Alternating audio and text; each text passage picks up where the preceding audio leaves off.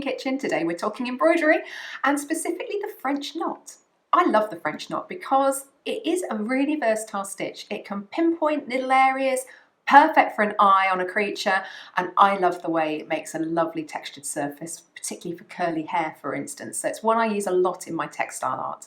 The French knot is a little bit tricky to master, but I swear it's worth the effort, and I'm going to show everything you need to get well on the way to being really great at French knots too.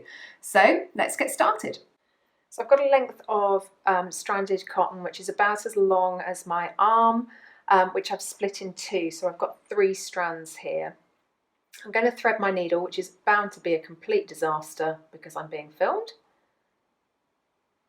and I'm not wearing my reading glasses. So, oh no, we're okay. So needle threaded, pull a small amount through, and I usually pinch it so it's nice and straight. Now, you may have heard my dog growling in the background. First things first, I'm going to do a knot. So the way that I do that is to put the end of the thread down towards the eye of the needle, wrap around a couple of times, pinch it firm and pull through. So with the French knot, as with most stitches, you're coming up from behind. I have a knot in the back of this thread. And effectively you're making a knot on the surface. So what you're going to do is you're going to wrap your thread around your needle 3 times. If you want a big knot, you do it more. If you want a smaller knot, you do it less.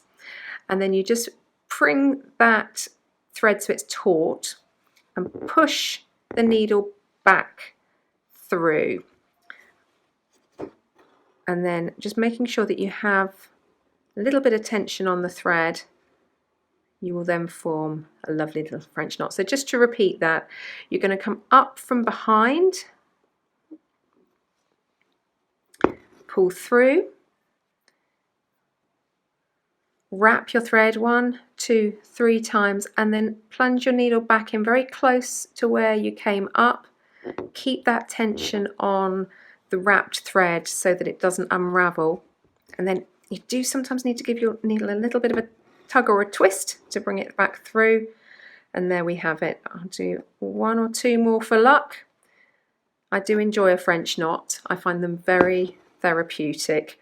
I can spend all day doing these. 1, 2, 3, and back down. Obviously, if you have any questions, do pop a note in below. I'm happy to answer any questions you have. 1, 2, 3, and back down. Hopefully, that should get you started on French knots. Thanks for watching. I hope that that's helped you with your French knots. If you have any questions or comments, please leave them below. And if you liked and enjoyed the video, please give me a thumbs up.